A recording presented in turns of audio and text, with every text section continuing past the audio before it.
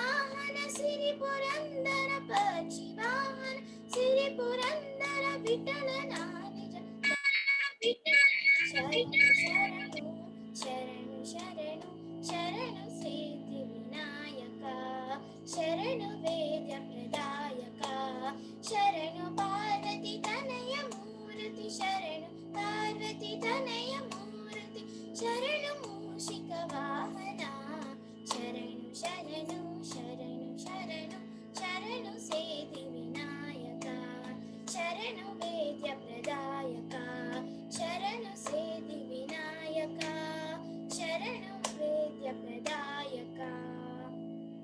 Thank you. Thank you Vaishnavi. ಆ ಮಹಾಗಣಪತಿ ಬಂದಿರುವಂತಹ ಕಷ್ಟಗಳನ್ನ ಮತ್ತೆ ವಿಘ್ನಗಳನ್ನೆಲ್ಲ ನಿವಾರಣೆ ಮಾಡ್ಲಿ ಅಂತ ಮತ್ತೊಮ್ಮೆ ಭಗವಂತನಲ್ಲಿ ಪ್ರಾರ್ಥನೆ ಮಾಡ್ಕೋತಾ ಇವತ್ತು ಭೂಮಿಯಲ್ಲಿರೋ ಭಗವಂತರನ್ನ ನಾವು ಮತ್ತೆ ಆಹ್ವಾನ ಕೇಳ್ತಾ ಡಾಕ್ಟರ್ ಮೈಥಿಲಿ ಅವ್ರನ್ನ ಮತ್ತೊಮ್ಮೆ ಆಹ್ವಾನ ಕೇಳ್ತಾ, madam please go head and address the patients and everyone on this platform. Ma'am, thank you. Good evening everyone.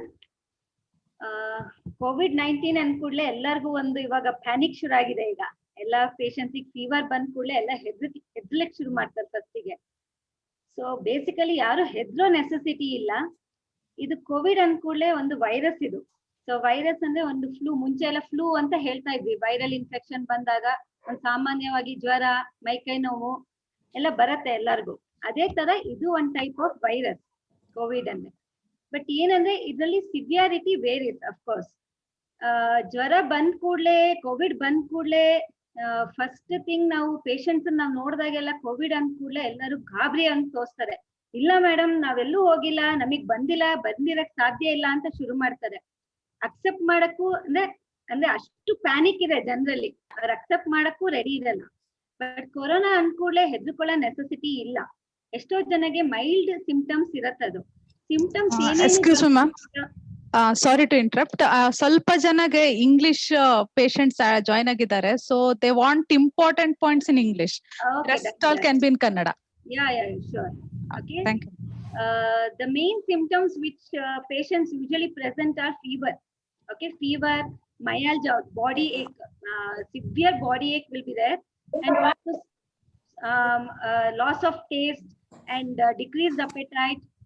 Now newer presentations have been seen. Most of the patients nowadays which we see, they usually present with either loose motion or vomiting. And some people, unusual presentation we have seen is conjunctivitis. I hope everyone is, I'm audible?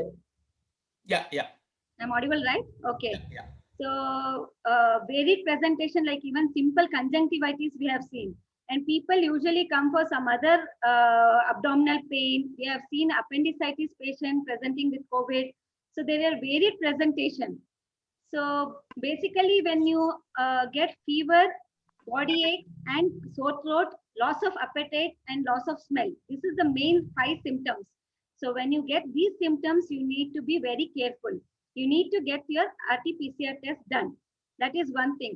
And the best time when you have to get your RT-PCR test done is around 4th to 5th day of your illness. When once you start getting your symptoms, about after on the 4th or 5th day, it is better to get your RT-PCR, that is swab test done. Okay, and sometimes when you get your swab test done, it can still be negative.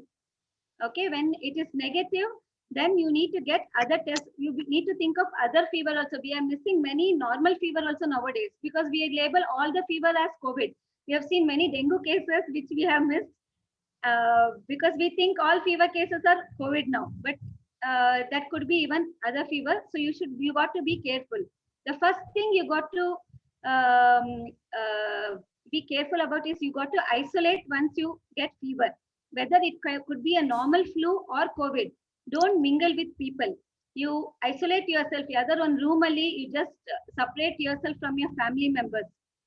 And then you just need to monitor your saturation. I hope everyone has kept a pulse oximeter in their house because oxygen saturation is the main thing which is going to help in to know the progression of the disease. That is the main thing.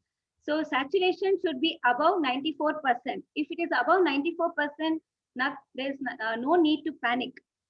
Okay, so the first thing you got to do is isolate yourself once you get fever. Then up to 4th or 5th day, you got to wait, because we don't know whether you are still COVID positive or negative. We don't know. Main thing is hydration. Okay, drink plenty of oral fluids and rest. That is the main thing. Treatment is only these two, and for fever, supportive treatment, that is paracetamol tablets you can take. And once on 4th or 5th day, you got to get your RT-PCR test done. If it is positive, still you don't have to panic. We have to get some basic investigations done, like inflammatory markers, which will help us to know whether your severity, how much is your severity, whether inflammation is more, or any anticoagulant. Some treatment protocols are there which the doctor will tell you whether that is required or not. We have to see. So for that, you need to have a pulse oximeter. So if it is saturation is above 95%, I think you can just stay at home, isolate yourself, and follow this protocol. In case saturation starts dropping below 94%, then you got to take the doctor's advice. Okay, that is, we need to do whatever I said, the special investigations will have to be done. Otherwise, you don't even see, I have seen many simple, very mild cases also, they want admission in hospital. They are blocking the hospital beds, and people who are sick, they are not getting hospital beds. That is the problem happening currently in Bangalore, I think. That's what is happening. So people are moving around, there are no beds. So you got to be, at least people with mild symptoms, they have to stay at home, and only people, and isolate them. You need to have a separate room. That is very important. You don't have to mingle with your family members, because they will be at risk otherwise. So if you have a separate room, just isolate yourself in a room. Whatever food can be sent to your room, they can keep outside your room, and the patient can get once you are away from the door, they can just open the door and take the food and have the food. And there should be a proper person who can take care of you. That is also very important. You can't stay alone at home. You need someone who can coordinate between you and the hospital. They should be able to coordinate. Okay, and food, whatever plates and whatever clothes that person is using, that should be disinfected basically. So for that, what they have to do, whoever is taking care, they have to wear a mask and a glove, and then take the plate or whatever the clothes, whatever they have used, they have to take, and with gloves on, they have to clean the utensils, and also their clothes should be put in hot water and it should be disinfected.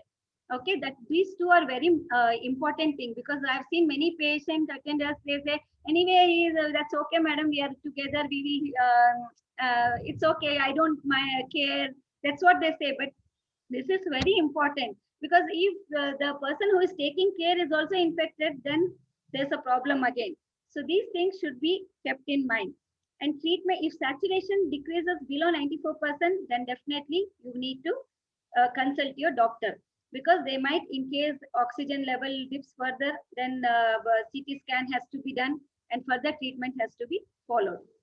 So basically, patients don't panic. That's what I would like to say, convey to the people. Madam, one point, I think you rightly highlighted some of the important aspects what need to be done, and also highlighted the symptoms of it, right? So suppose if the oxygen starts dropping down, what any immediate remedy, usually we'll have emergency to be done at home, right? Because you have seen in Bangalore, the ICU beds and for whatever reason it is becoming a challenge. Yeah. But is there any alternative, to that, or home setup? Some doctor consultation online. So anything can be done. Actually, if it drops below 94%, then oxygen will be required. But one more thing, what patient can try is, they have to lie on their tummy, that is belly. We say it as prone position. Okay, when patient is comfortable, before only once they have been diagnosed with COVID, they can lie on their belly For at least 1 hour, they can lie on their belly, then left lateral position, right lateral position. And when they Okay. are in the initial stage itself, they can try with deep breathing exercise. Deep Okay. breathing exercise also will help. Okay, Okay. but it should be in confined to patient should be isolated at that moment. That's it. But Okay. prone position is one thing which improves the oxygenation level. And one more thing, nowadays oxygen concentrators are available. So that can be it's available even on rent basis. So about 5 to 10 liters oxygen can be given to the patient. That is, it utilizes air oxygen and it gives to the patient about 5 to 10 liters according to the adjustment done in the machine.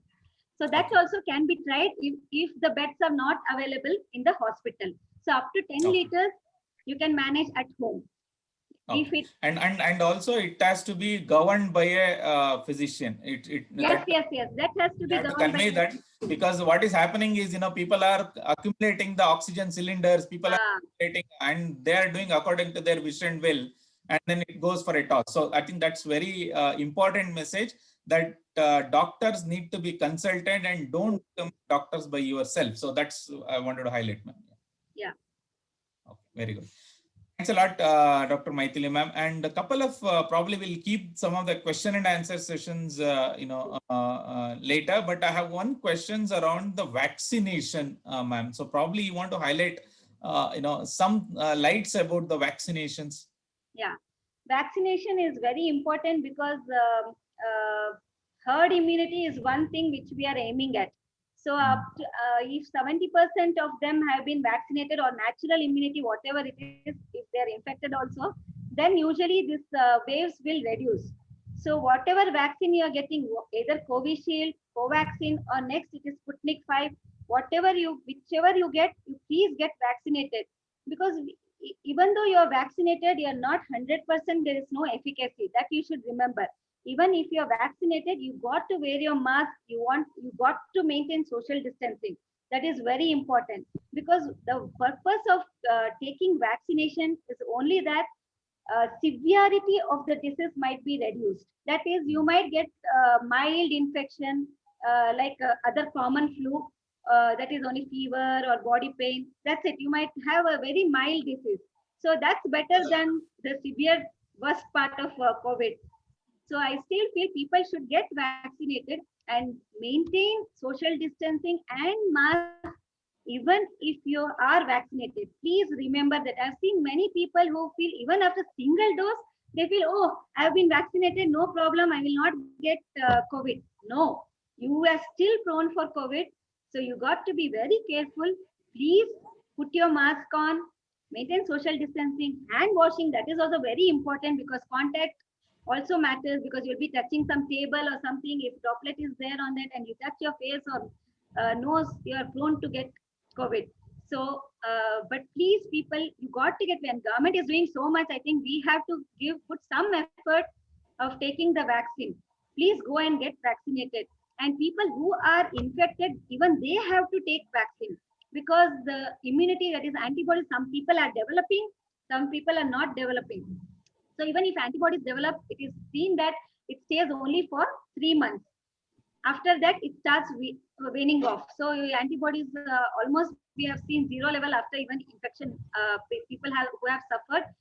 Some people have not developed at all antibodies. So if you are vaccinated, your antibody, your T cell immunity, memory cells will be there. So definitely that is better. And if you are vaccinated, if you are infected recently, you got to take, because after 4 weeks of infection. That is one thing I would like to say, because many people say I'm infected, so why should I take? No, memory cells will not be there, T cell immunity will not be there. So still you got to get vaccinated. So, but whichever you get, please don't bother Covishield or Covaxin, just go and take. That is one thing I would like to say. Okay, excellent. Thanks a lot, madam. I think it's a very strong message from the doctors community, saying that vaccination is a very, very important step, and that's one of the weapon that we have, to eliminate this COVID crisis, what we are seeing. along with maintaining the social distancing. I would call it as a physical distancing rather than social. We have early social distancing, and at least 5 to 6 feet of physical distance between persons is good. And washing the hands regularly, and then sanitizing, and then disinfecting, places where the patient is already positive and stuff like that. Some of those measures will definitely help. And vaccination is an important step, and the government of India is taking that in a positive way. And then there are some scarcity of availability of the vaccines. I think that will be sorted out by the respective departments. That's something that not in our control. But as soon as it's available, please register. I think the portal is open. Please go ahead and register for vaccination. And then so that, collectively we all can fight this. Madam, couple of questions around vaccinations. Okay. So probably, I will ask to both of you. I think Dr. Raksha, being a gynecologist, there are a lot of, thought process or some questions floating around. Is a pregnant woman can take vaccination? So probably Dr. Raksha, if you can answer to that, that will really help and give guidance to pregnant women and post-pregnancy. These are the two important things. Many questions are floating around. If you can answer that, that really helps, ma'am. Okay, yeah. Hello, everyone. So the question is, the big question nowadays is, can pregnant women and lactating mothers also, those who are breastfeeding, can they take vaccine? So right now, whatever COVID policies we are following in our country comes from ICMR. So those are the guidelines which we follow. The problem with COVID vaccines, both Covishield and Covaxin, though they have passed their respective trials and come out, there have been no trials in these two groups, that is pregnant women and lactating mothers. So in view of that, right now at present, the ministry or the ICMR have not come up telling that these two can be vaccinated. They are in the vaccine contraindicated list. But as we all know, pregnancy and lactating mothers, they are both two groups which have low immunity and they hence belong to the high risk group. So amidst the pandemic, when the pandemic is rising to such a main level, we need to protect these high risk groups also. So the Federation of Obstetric and Gynecological Society of India, that is the FOGSI, which is the parent group of the Obstetrician and Gynecological Society, in their recent guidelines released 2 days back, they have given the option that we have to see the risk versus benefit ratio.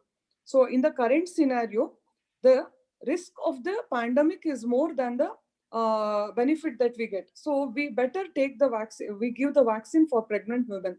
But again, all the gynecologists, we still have not individually recommended because the guideline should come from ICMR, and hence we are awaiting. The doctors group have suggested to the government, ICMR, so we are awaiting guidelines. So when they will give green signal, we'll be asking even pregnant mothers and lactating mothers to go ahead with the vaccine. Okay. Thanks a lot for the clarification, ma'am. So until unless ICMR gives the guidelines, so there is no vaccination for both the categories, right? Okay.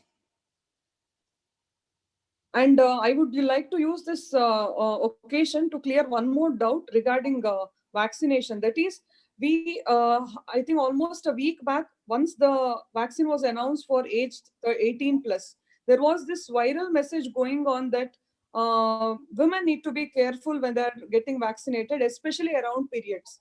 So this is a very big misconception, and I would like to clear the doubt that periods has nothing to do with the immunity, basically. So irrespective of which day of periods they are in, they can go ahead and get vaccinated.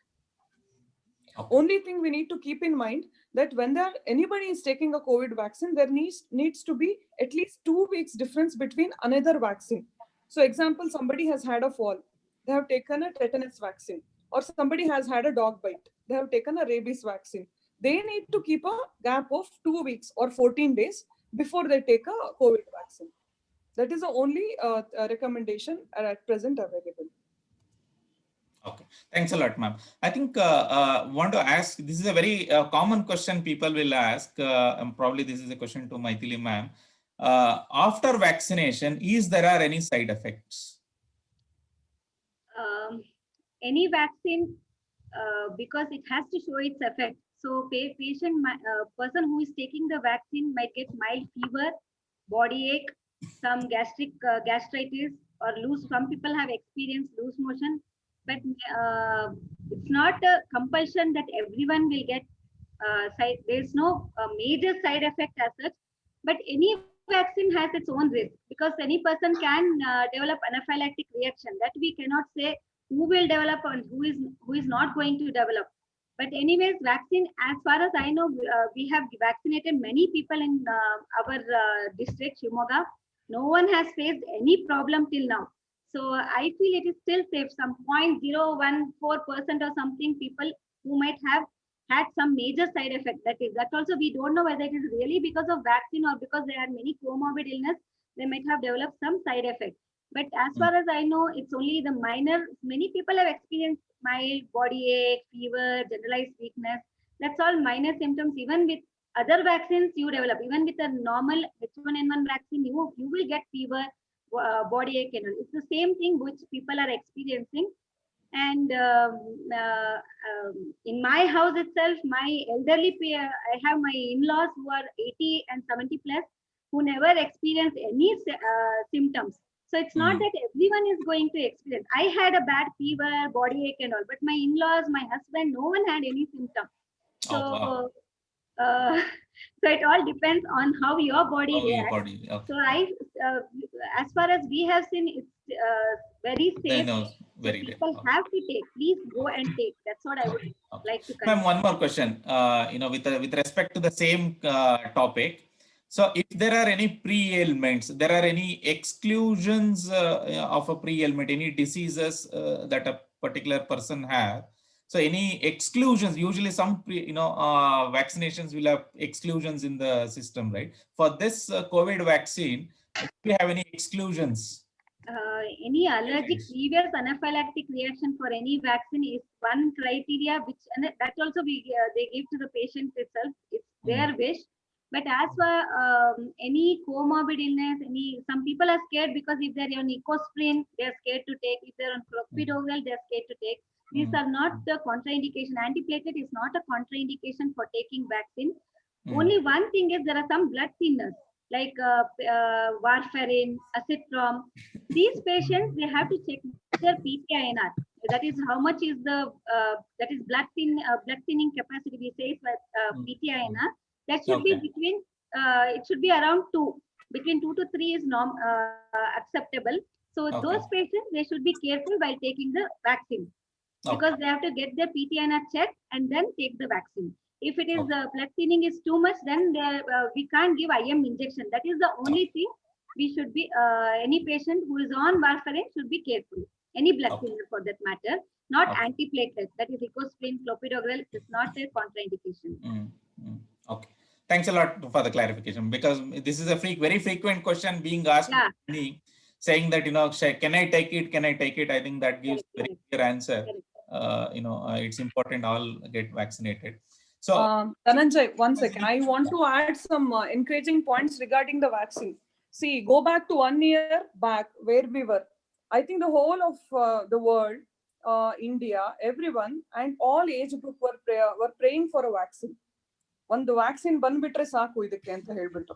So everyone has done their part. The country, the scientists, everyone has done their part and brought out this vaccine. And surprisingly, the whole world is looking at India, how they have managed their vaccine program.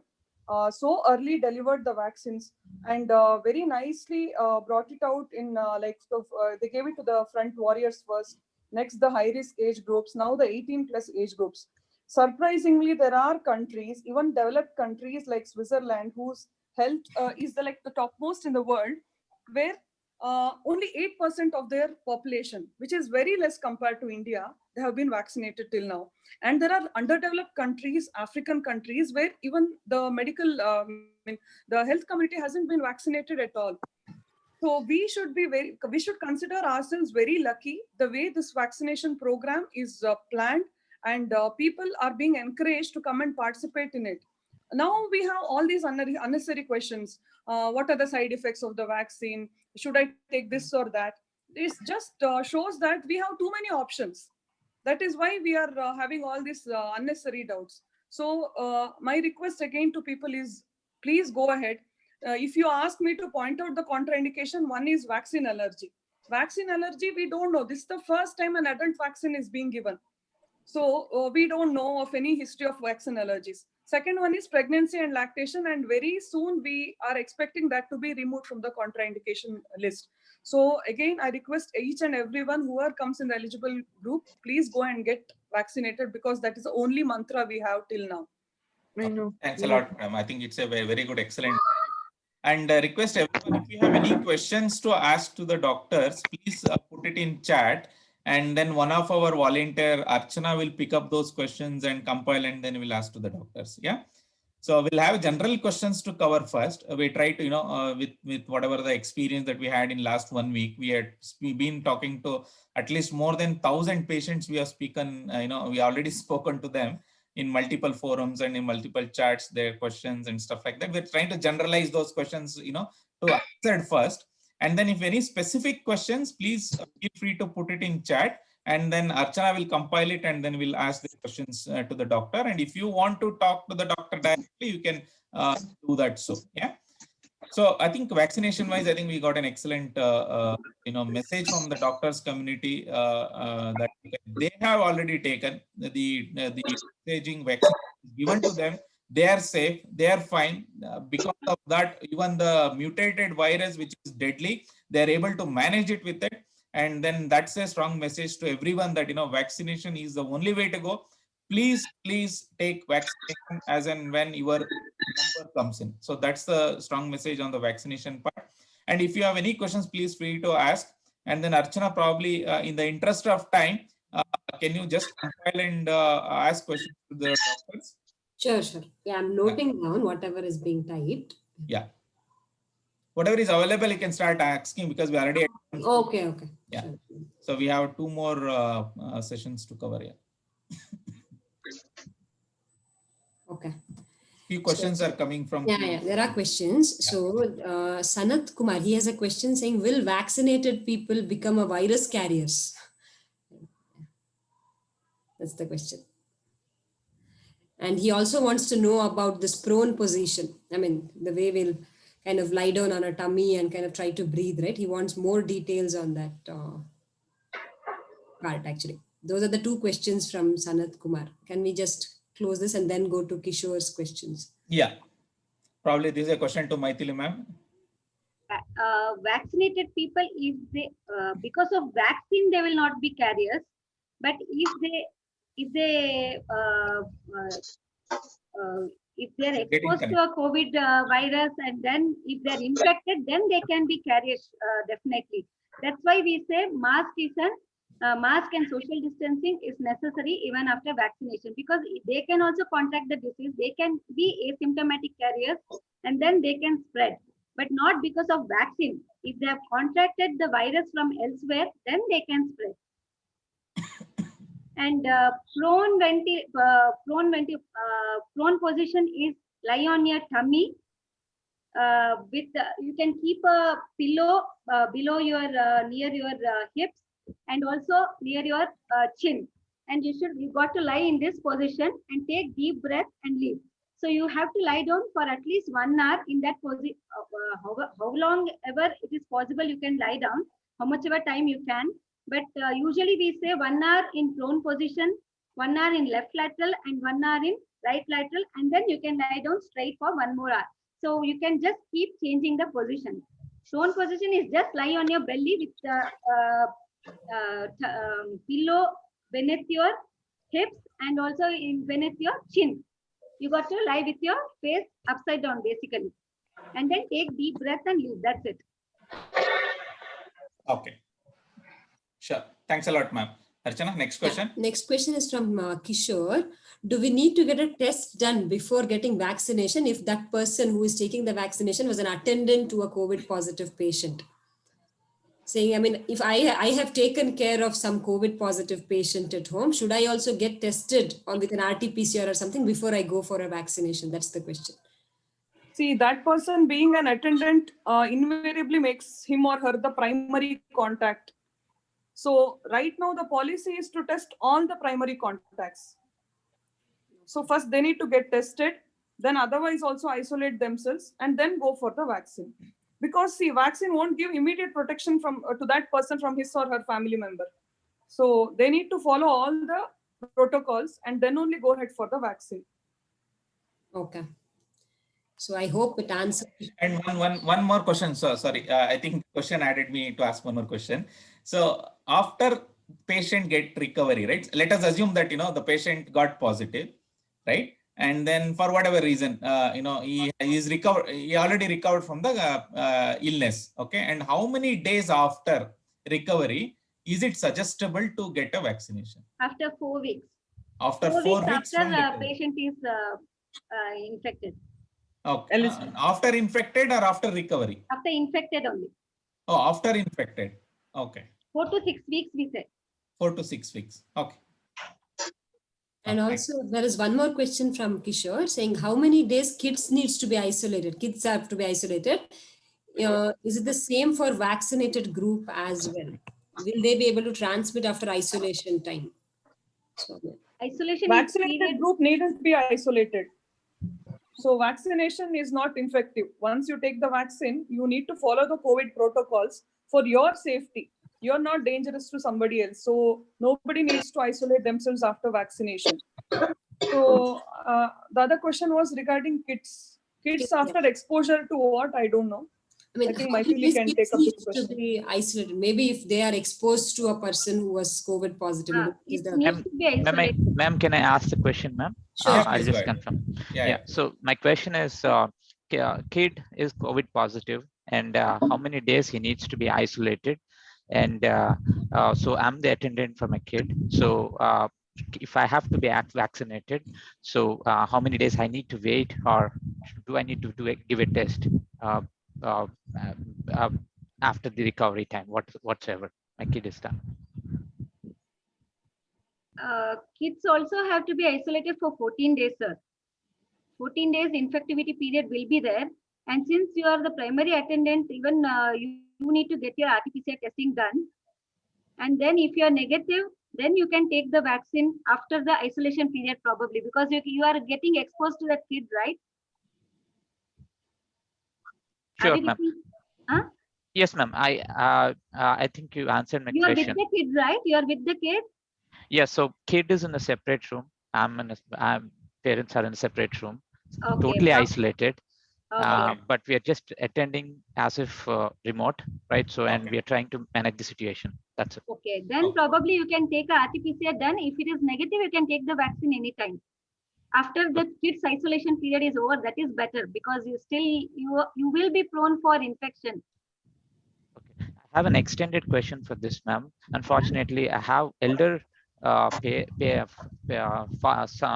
father-in-law who got infected, and he's already vaccinated with 2 doses, and 10 days after the second dose. It's almost done, like 2 weeks after the second dose, and now he's positive.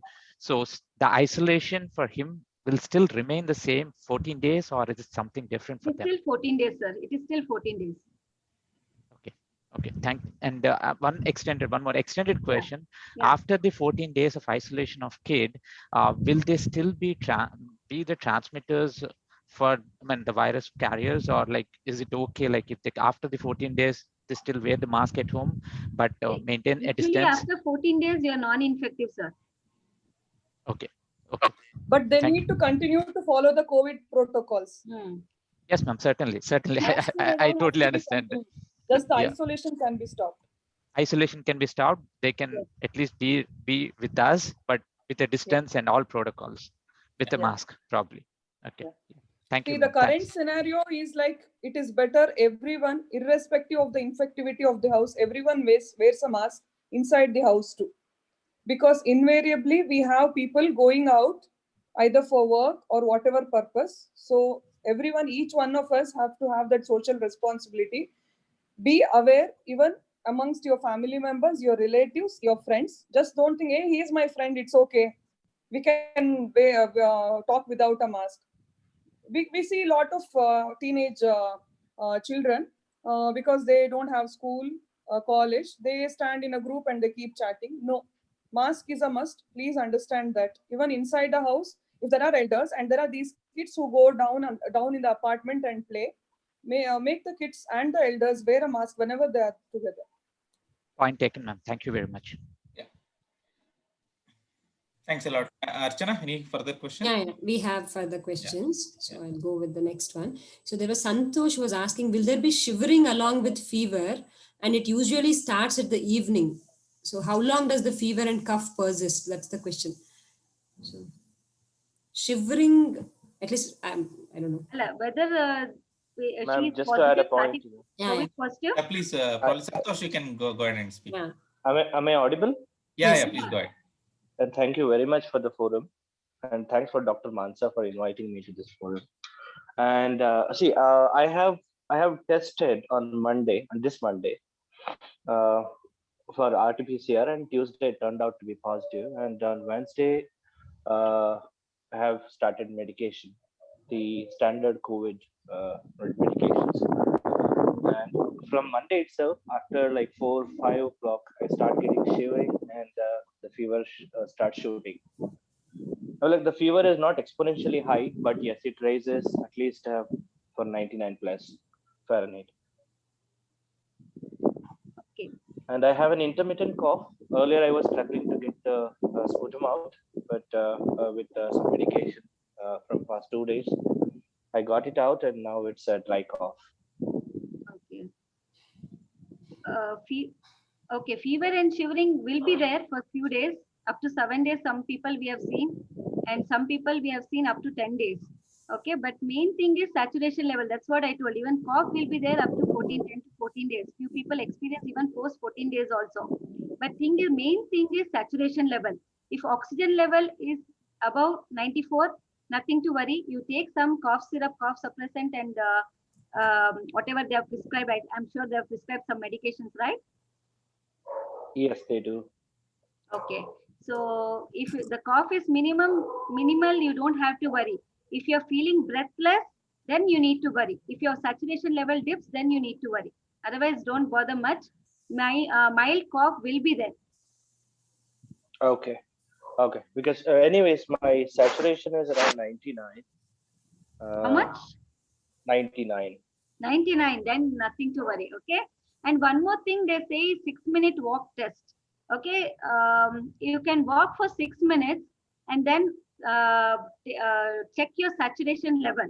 If after walking for 6 minutes, if it is dropping, then it is that lung inflammation process is going on. That's what it gives an idea. So you can try every day with that test, 6-minute walk test. Okay, you need to walk for 6 minutes. Doing that in the morning and also in the evening, along with that, the breathing exercise. I think it is quite stable. Okay, then you don't have to worry, sir. It's a very mild disease, so don't worry. Okay. Okay. Thank you. Thanks all. Okay, going to the next question. It's on the vaccination part. So what they're asking is, what happens if we don't get the second dose of vaccine within the stipulated time because of the availability issues which we have now? Can we wait, or we'll have to redo it again, saying first vaccination again and the second dose? That's the question. Usually it doesn't, and they say Covaxin is 4 to 6 weeks, but Covishield, actually there are many studies which have told even after 12 weeks, if you take, the efficacy is better. So you don't have to worry. So you can take second dose whenever it is available. Okay. Okay, that's good. And the next question is there any vaccination coming up for infants? So come up or actually there's one more vaccine, Cadila group, I think. They are planning to they're trying with kids, among kids actually. They want to bring for kids. So we don't know when it will be available exactly. Till now, there's no vaccine which is being given to kids below, even elder, you can say below 18 years, we are not giving any vaccine. So till now, there's no vaccine. But I heard that they're doing a trial with the Cadila group, or some group is trying. One new vaccine group is trying. okay. their efficacy Okay. among. That's good. Actually, right now we are amidst the second wave, and according to experts, we are expecting the third wave somewhere in October. So October to December. So that is when they are expecting these under 18 people, under 18 kids to be most vulnerable, because they'll be the ones who are left out of the vaccine group. Above 40, above 60 and 18 to 45 would have been vaccinated by then. So I think some vaccine will come up for the kids, but right now, nothing. Okay. Okay. Hope for the best when they release the vaccines. Correct. And the next question is it true that, I mean, if a person was infected and he recovered, he will have lesser chances of catching it again? They are comparatively safe. Is that so? Is what is the question? I didn't get what? Yeah.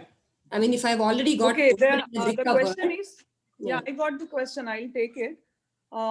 That's what, as Maithili told us, she covered it in her initial talk. Whatever immunity we get from COVID infection is again temporary. So whatever the antibodies would have been produced, it will die down after some 2 to 3 months. So it doesn't mean that you won't catch a reinfection. We have seen many cases of reinfection or vaccinated group getting infected, but they again, some studies have showed that reinfection are severe, but those vaccinated and getting an infection, definitely the severity is less and the chances of mortality is also less. okay. So you need to follow again all the COVID protocols, irrespective We of have your an example infection. of a chief minister himself, Yediyurappa, who got reinfected. So definitely reinfection is common. Okay. Yeah. There is one questions around the same thing. Why same infection has got various Manifestations. Yeah. mutations? Yeah. I mean, While few has got minor symptoms and few are, getting lung failure. Depends on the patient's immunity as well as the strain of the virus. Okay. And the threshold viral load also. So everything. We have something known as cycle threshold in RT-PCR. Actually, many places they don't do. Okay. So if cycle threshold is more than 25, then they are less infectious and the patient is on safer side. Mild infection will be there.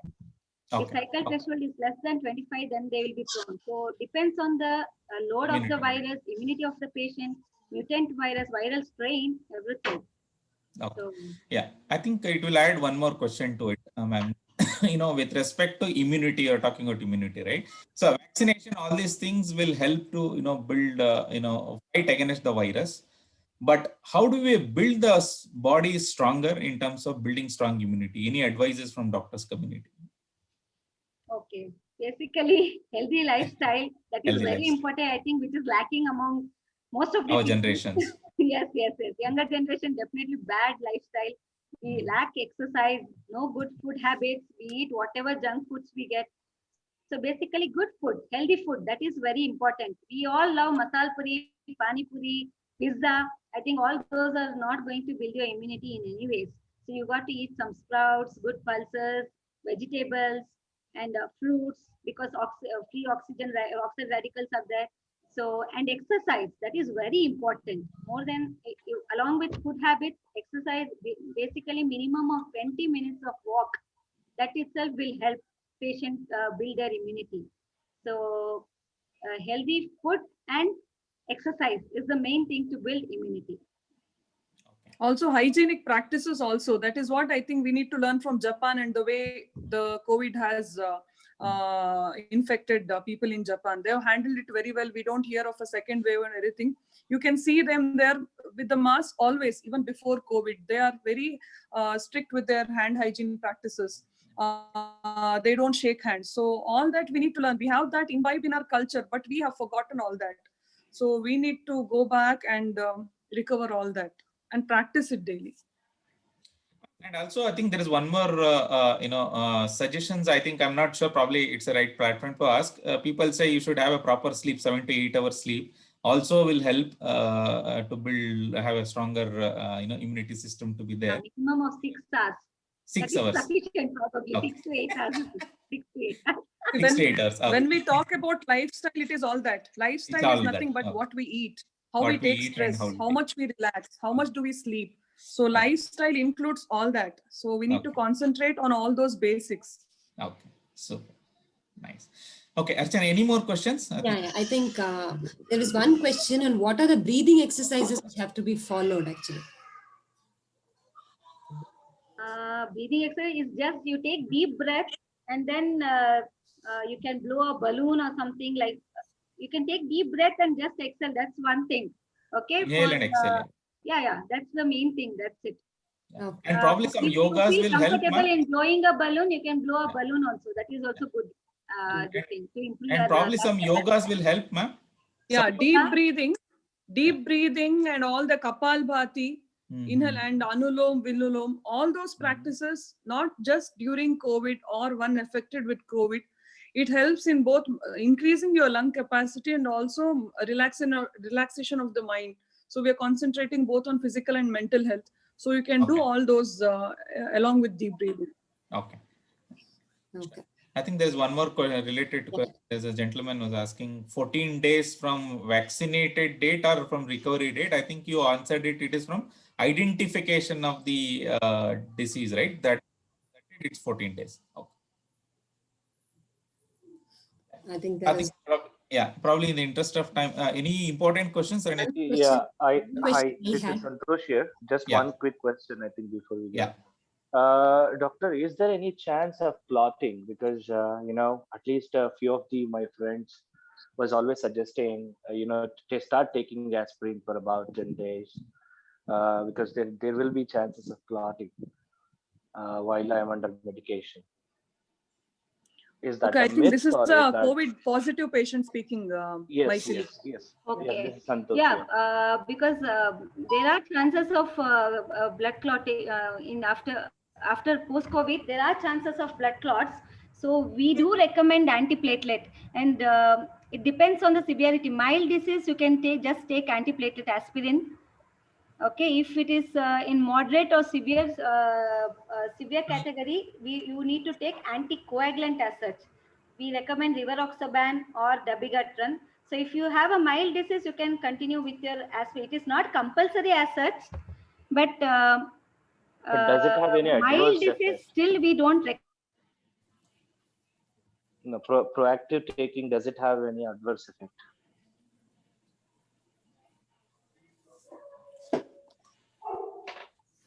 Okay.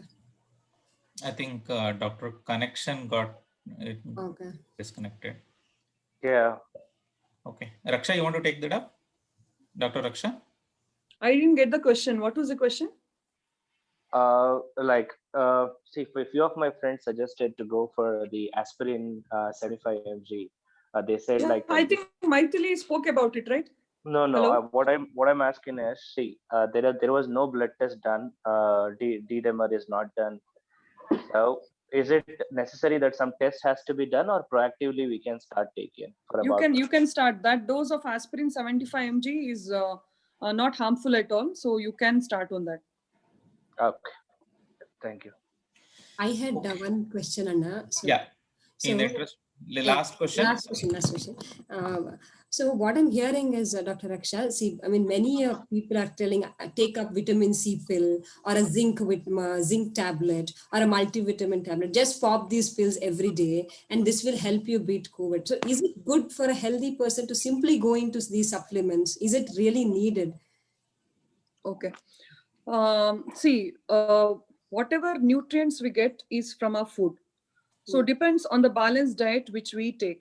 So if we are concentrating on a very good diet with the right amount of carbs, vitamins, that is green leafy vegetables, and all these dry fruits, and these seeds, chia seeds, flax seeds, and we have all these millets. So if we have a complete balanced diet, then of course we don't need any of these supplements.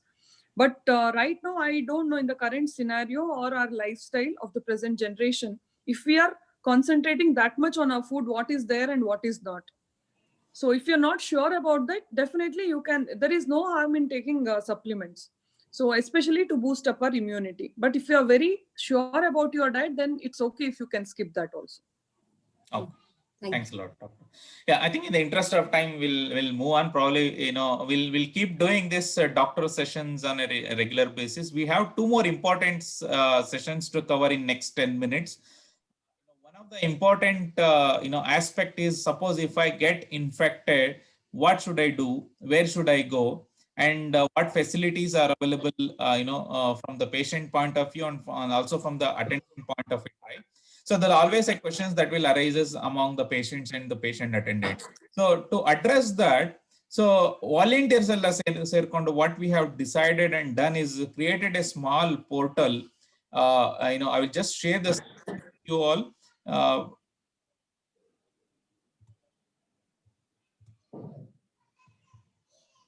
So we created a small portal. Please let me know if you are able to see the portal. Can somebody confirm? Yes, Sanjay. They are able to. Okay.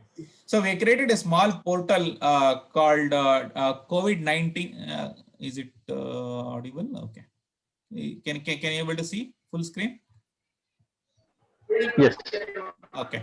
So the portal name is https://covid19.discussionclass.org. If you click on that, you will get a plain page here where you will have four. One is called a verified contacts. Second one is important links. And the third one is a donor registration form. And the fourth one is a blog.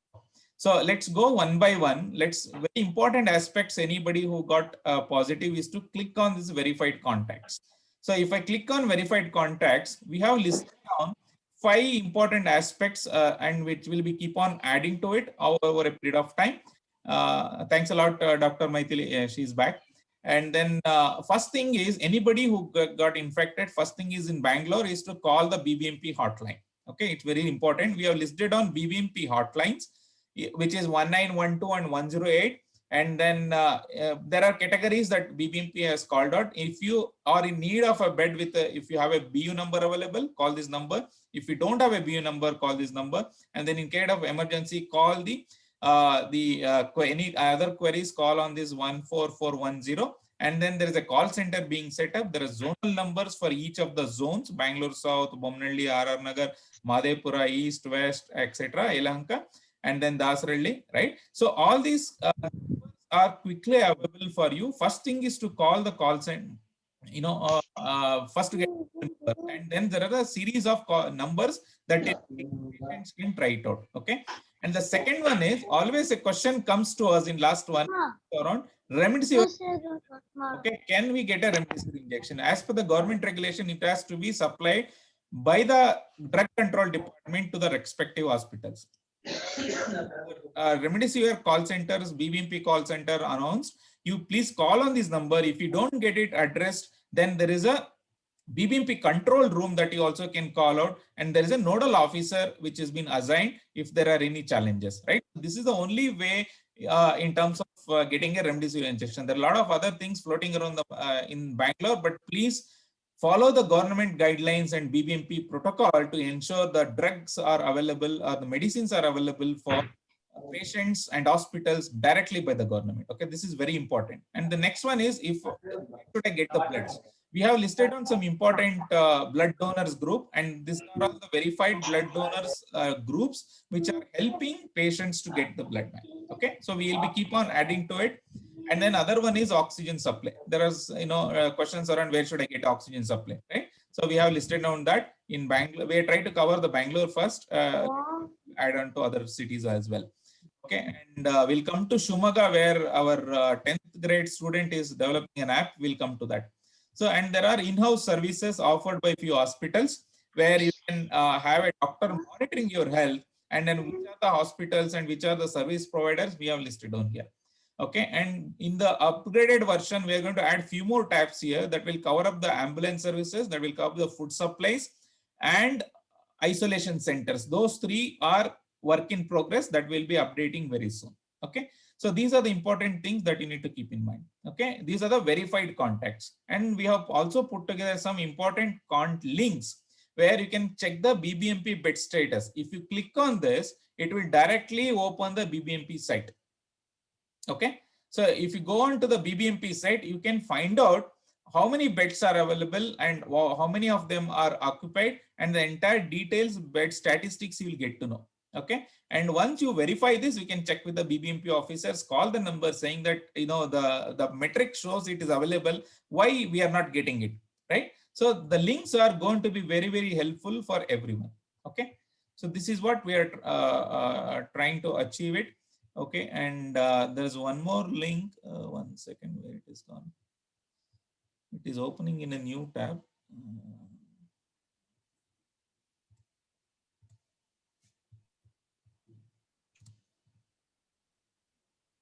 So one more link what we have is the blood donation. Okay. Blood donation is very important aspect that we need to keep in mind, because nowadays we are not getting a blood, we are not getting the donors availability, right? So it's very important that we provide an option for people to enter the data so that we can ask for any blood donors in the future, right? So there is a blood donation form that has been listed on. If you are a COVID patient and recovered from it, please enter so that somebody else can save the life, right? So it's important. You can submit the form, and once it is created, we will update. And there is also a blog where we put some important information about what is SRFID, what is BU number, and how do we protect yourself from others. COVID-19. Also, we'll be publishing some important documents and blogs that we'll be publishing here. Okay. So these are some of the basic elementary list, and that will help patients and the attendant to address your immediate needs. And if you have any problem and if you're unable to get through it, we work very closely with the BBMP War Room, and you can reach out to some of the contacts that you are showing here. Get in touch with us. You can also write a comment over here and put your numbers. We'll reach out to you, and we have listed on 3 numbers. We'll be adding 7 more. So there are 10 numbers will be provided to you guys. Okay. So please, if any problems, please reach out to us. We will try to help whatever is possible in our control. Okay. That is what I wanted to share with you. And with the interest of time, I will pass on this to our 10th grade student from Shumaga, who has developed an app which will help the hospital management to properly manage the number of beds available. It is an innovative idea from a 10th grade student from Shumaga. I will hand over to Veer to present what is his idea and then how it is going to help the hospital management and patients both. Yeah. So we'll take not more than 10 minutes and then we'll wind up because it's one of the brightest idea presented by Veer. So please go ahead, Veer. Yeah. Hi everyone, good evening. I'm Veer and today I'll be presenting my app which is called as COVID-19 Bed Locator to you all. So this app I started to create it around 1 week ago, and I'll be giving a short presentation on this app and showing you all about it. As we have all read in newspapers and other media sources, a lot of people are dying because they are not finding enough beds for their relatives. Sometimes patients do get beds, but by the time they get beds, the patient's condition will have become very bad. This app helps the patient to find a bed for themselves as soon as possible without any delay. So this app is an Android application and will be made available in Play Store very soon.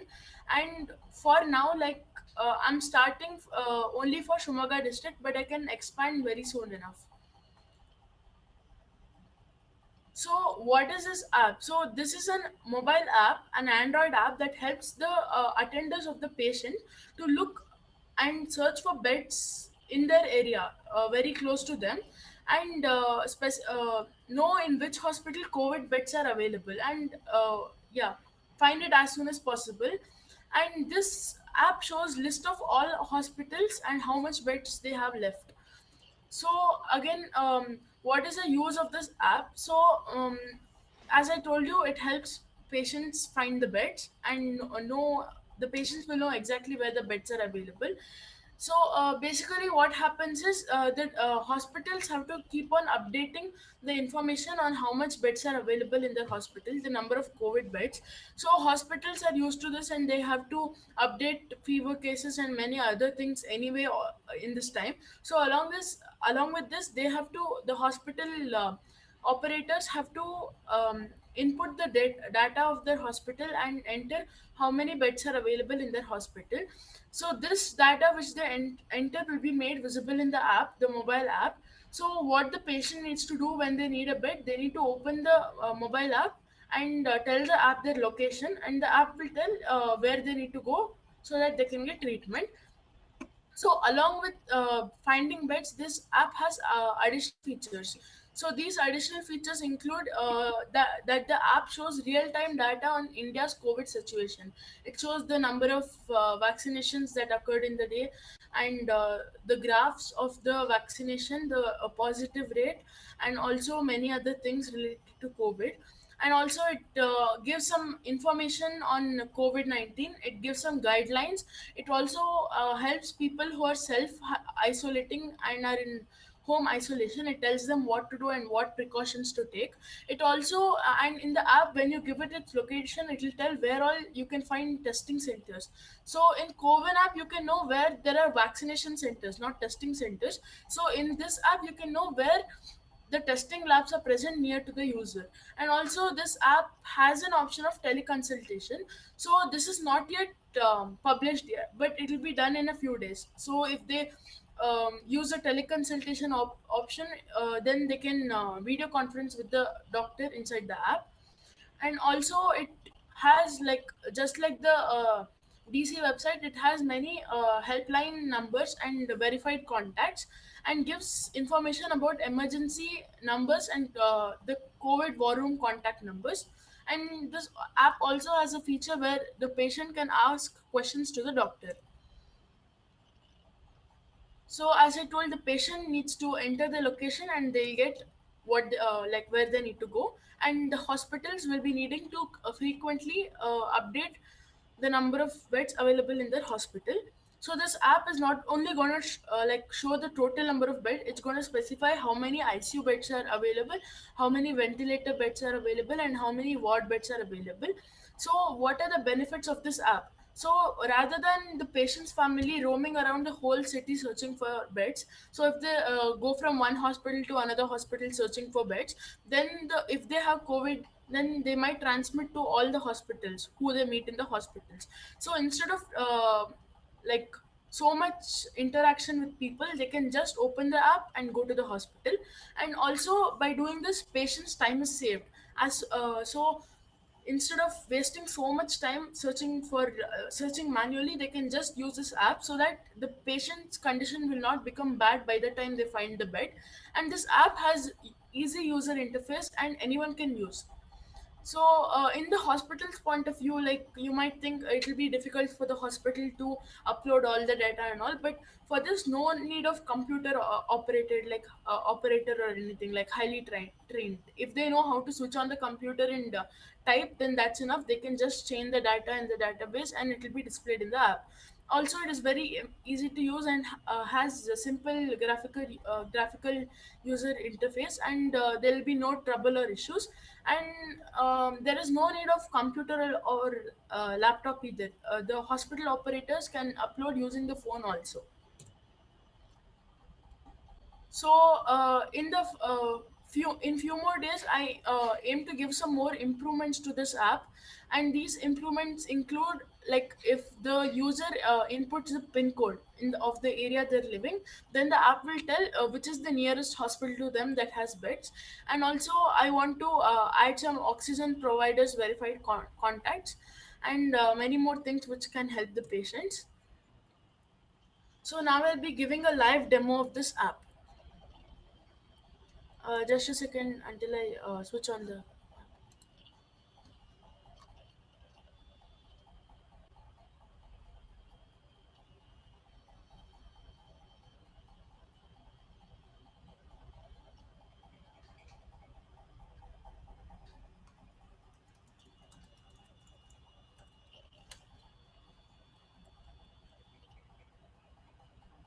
So just a second, it's loading. Yeah. So this is basically the app, and as I told you, it's called COVID-19 Bed Locator, and it has many features. So first, there's a feature called Find a Bed for COVID Patient. So this is the main feature of the app, and it's the purpose of the app. So if you click on this, it's gonna show you like. So for now, as I told you, I have made it only for Shimoga. So the user need not put the location right now because it's only for Shimoga. So when they press find the bed for the patient, it's going to show in Shimoga where all, like in what all hospitals how many beds are available. So it's going to give the hospital name, its address, and the phone number, and also the number of ICU beds, ward beds, and ventilator beds available. So it will be shown for all the hospitals available. And then also to make it easy, I've also added a location map link.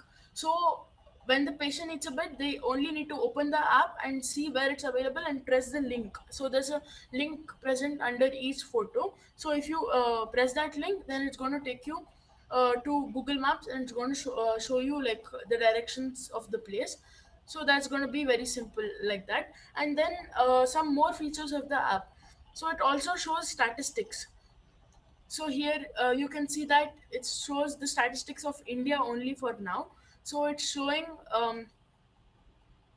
the daily change tests, how many tests have been conducted and how many have been positive, how many cases per day, and also vaccination graph. So like this, many other graphs are also available, which will help people get their information, which is accurate information.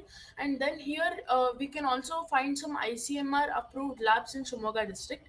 So there are 5 labs in Shimoga district, and all of them are listed below.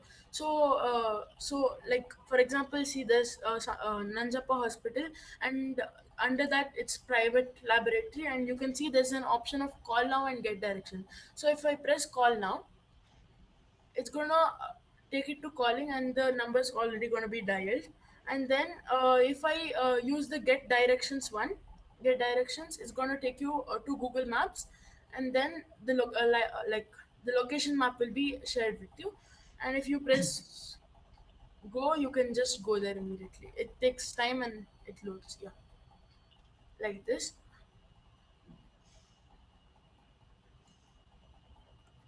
So you can see that location has been displayed. So like that you can go to the hospital. So here I've also added a top tab navigator. So by swiping you can move from screen to screen. Also, these are the 4 major functions of the app: the home screen, the bed finder, the statistics, and the testing labs. So along with this, there are some additional features. So that includes important helpline numbers. So all Shumoga's helpline numbers, each taluk has a helpline number, and all of them are listed here, and the DC office, war room, and whatever it is. So there's a call now feature here also, and if you press that, it's going to take you to call feature of your device.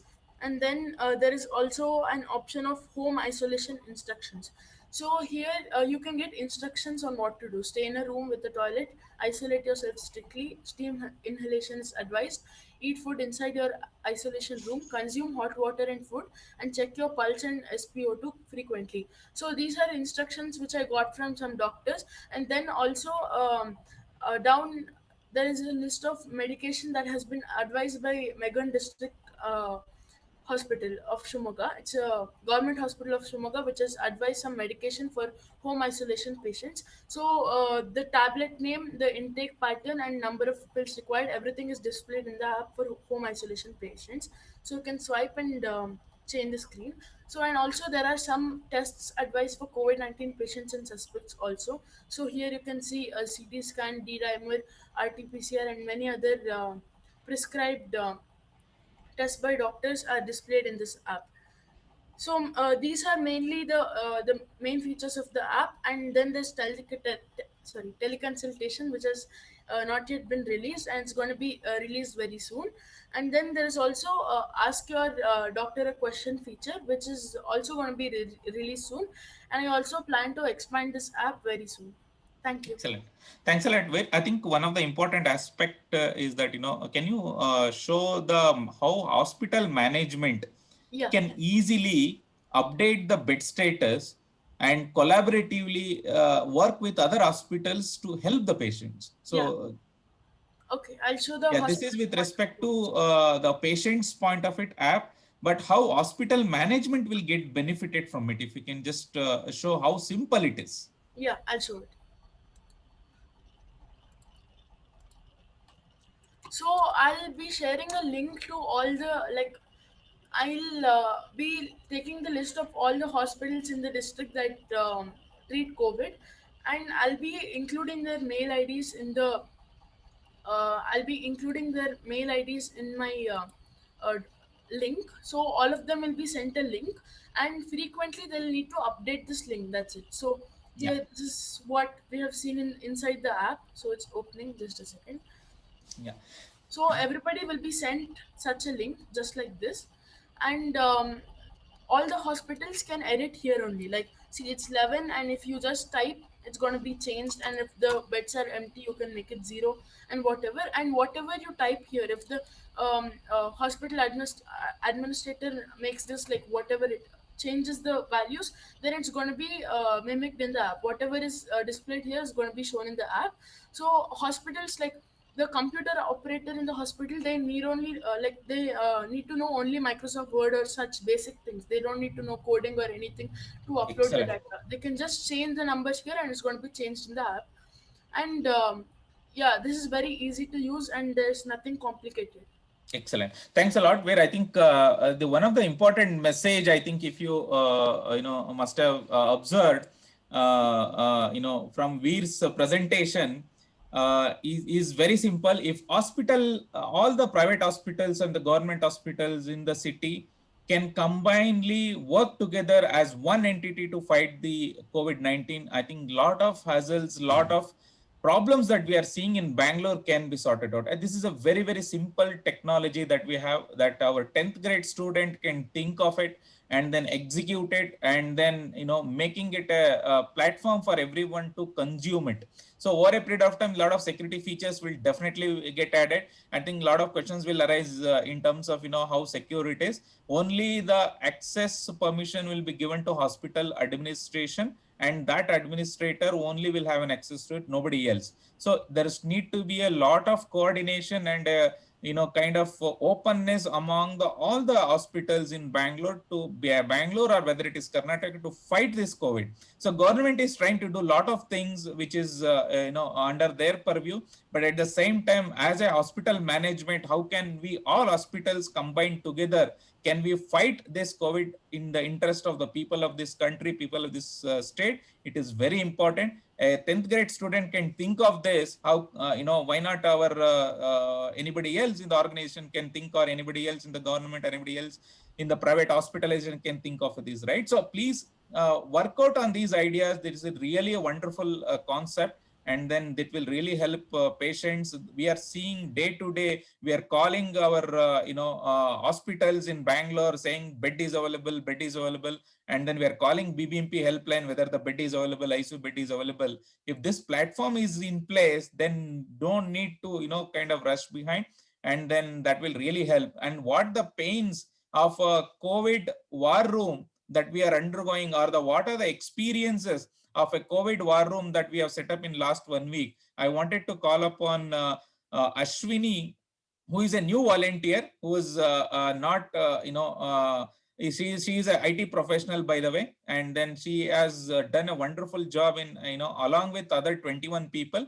Ashwini, you want to talk about your experience in last 1 week, in terms of dealing with patients and talking to BBMP, and then how you are helping the patients.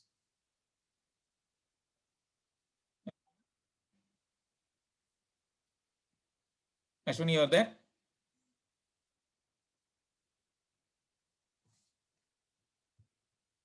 Not sure. Okay. I think she's not, she has some technical issues. Naveen, you want to talk about it? Naveen is also one of our volunteer, who's been driving this and supporting it, and, trying to call BBMP helpline, and wherever we have challenges, and communicate with the BBMP war room, and, help in terms of getting some of these things sorted out. Naveen, you want a couple of minutes? We have a couple of minutes left. Yeah, thanks, Dhananjay. Thanks for giving me a forum. Yeah, of late, in the last 2 weeks, I've been part of this, along with this few other volunteer groups, and I've been seeing a lot of requests that are coming in for bed, oxygen, and injections. So, what happens is there are a lot of forwards that are going happening, and the data is not validated. So what we are doing is we're part of some groups. So we are validating all the requests and putting it in place, and checking for the genuinity. And also, there are a lot of requests that are coming in with only SRFID and there is no BU number. And without a BU number in Bangalore, the getting hospitalization is a difficult thing. Like the BBMP is not giving the hospital beds. So we are coordinating with the BBMP war room and BBMP officials to get the BUID generated as early as possible, and help the patients get the beds. So Uh, it's been a quite challenging time now, because what we have seen, whether we are getting requests for beds or injections in the morning, and then either the end of day or the next day we see there is some bad news. So it's quite challenging and difficult times for all of us, but we'll have to just keep ourselves strong and proceed further, helping people. Thanks a lot, Navin. I think that will tell how much difficult people are facing. I think the solutions exist. I think right now Veer has showcased one good solution. If all hospital managements can combinedly work together, it is not impossible to deal with this. I think solutions will overcome, and BBMP is also trying to do whatever best possible from their side. And then let us also put from our side. And this COVID-19 war group is not a kind of dedicatedly working on this. They are all working professionals. Many of them are doctors, many of them are engineers, many of them are teachers, many of them are housewives, and many of them are students, medical students and engineering students, and PG. They are all connecting dots and trying to help together remotely, right? So it is pretty much possible, along with their personal responsibilities, and some people are taking care of their COVID patients as well. We have volunteers in Shumaga who has 3 patients at home, 1 in ICU and 2 of them at home, but still contributing for betterment of the people around the city and around the country. And that is the kind of selfless service that the team is trying to do. I wanted to take this opportunity to thank each one of you guys who are making this and supporting all the patients, at least 500 to 600 patients in last maybe almost 10 days that we launched this, helping this. And then from a WhatsApp group to a portal, a dedicated portal. And now the DC student, the son, Veer, has developed an app for Shimoga. And I request the district health commissioner to have a discussion among hospital managements and Veer and the people who are behind this to make this happen. This will really help, and hoping that that will be scaled up to the state level as well. What is important now is all the hospital managements, whether it is private or public or government or colleges, irrespective of that, everybody should join hand and also help government to fight this. And there are a lot of suggestions came up by our doctors, Maithili ma'am and Dr. Raksha. Thanks a lot to both of you, spending your time along with, helping the patients. And we'll be continuing this with, a few more doctors and a few more experts over a period of time. Once a week, we are planning to do this, because we are every day it's a little tough, because doctors have a lot of things to do at the ground in hospitals, so we don't want to disturb them. But once a week we are planning to do this, so that if patients wants to communicate or discuss whatever the problems they have, they can definitely do that. From Discussion Class Association, we want to die, and we are very thankful to both of them coming over here and then joining hand with our fight against the COVID war. And definitely we are going to win this battle. Only thing is, everybody has to join hand, general public, hospitals, front warriors like doctors, nurses, and everybody who is working on the ground should work as one team. And because our enemy is a virus which is not seen, so we can fight with the people who are in front of us. but we cannot fight with people who are not even seen. So this COVID virus is something that we cannot even see. So only thing is precautions are important, and vaccinations is an important drive that we need to focus on. Request everyone to get yourself vaccinated, and then follow the doctor's advice, follow the physical distance, always wear mask, and ensure that you're not only taking care of yourself, your families, and also it's everyone's responsibility and accountability to take care of our society as well.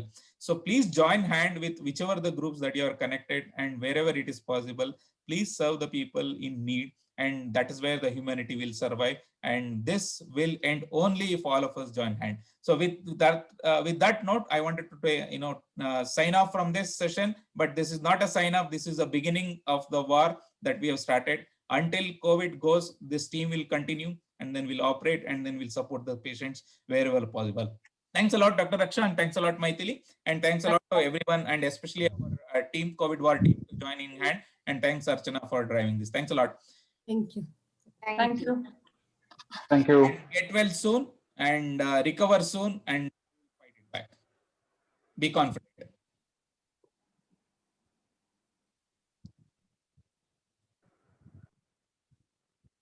Chini.